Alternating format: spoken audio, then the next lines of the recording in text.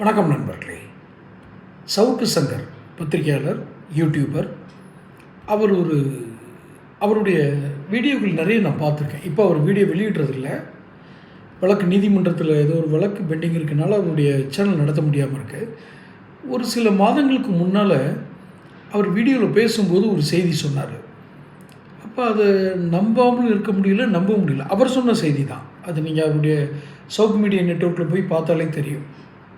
ஒரு வீடியோவில் ஏகப்பட்ட செய்தி சொல்லுவார். அதனால் எந்த தேதியில் எந்த வீடியோவில் எத்தனை நிமிஷம் சொன்னார்னு எனக்கு ஞாபகம் இல்லை. ஆனால் அவர் சொன்னது அண்ணாமலை திமுக சபரீசன், அதாவது மாப்பிள்ளை சார் அப்படின்னு அவர் சொன்னார். சவுக்கு சங்கர் சொன்னது. சபரீசனோ உதயநிதியோ ஸ்டாலினோ விட்டுருங்க, திமுகவில் பணம் வாங்கிட்டு அவங்களுக்கு ஸ்லீப்பர்ஸ் எல்லாம் வேலை பார்க்குறாரு அப்படின்னு ஒரு வார்த்தை சொன்னார். காசு வாங்கியிருக்காருன்னா பணமாக இல்லை, ஒரு தொழில்களில், ஒரு சில தொழில்களில் முதலீட்டு பங்காளியாக அவரை சேர்த்துருக்காரு. அதாவது ஷேர் ஹோல்டர் சேர்த்துருக்காங்க. அதனால் வெளிப்படையாக அண்ணாமலை திமுகவில் சேர முடியுமா, சேர்ந்து பணியாற்ற முடியுமா? முடியாது, அது வாய்ப்பு இல்லை. அப்படியே சேர்ந்தாலும் அதுக்கு மதிப்பு இல்லாமல் போயிடும். அதனால் நீங்கள் அங்கேயே இருங்க, எங்களுக்கு தேவையான வேலையை செஞ்சு கொடுங்கன்றதை கரெக்டாக கச்சிதமாக செஞ்சு முடிச்சிருக்காரோன்னு இப்போ தோணுது. சவுக்கு சங்கர் சொன்னது தான் நான் சொல்கிறேன். ஆனால் இப்போ அது உண்மையாக இருக்குமோன்னு ஏன் சந்தேகம் எனக்கு வருது அப்படின்னா, ஒரு 4 சவத்துக்குள்ளே பேச வேண்டிய ஒரு விவகாரம். அதாவது நேற்று ஒரு பத்திரிகையாளர் சந்திப்பில் ரொம்ப வெளிப்படையாக சொன்னது தான். அதை நம்ம விவாதிக்கக்கூடாது. ஒரே ஒரு விஷயத்த, தந்தைக்கு உடல்நிலை சரியில்லைன்னு சொன்னார். ஓகே, அதை பற்றி நம்ம பேச வேண்டாம்.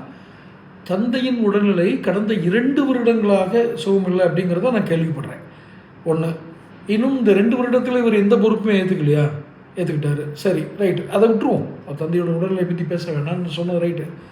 ஆனால் அப்படி ஒரு சூழல், உண்மையான சூழல் இருக்கும் பட்சத்தில் அவர் நேரடியாக மாநில தலைவரையோ தேசிய தலைமையோ கூப்பிட்டு நேரடியாக பேசியிருக்கலாமே, 4 சவுத்துக்குள்ள.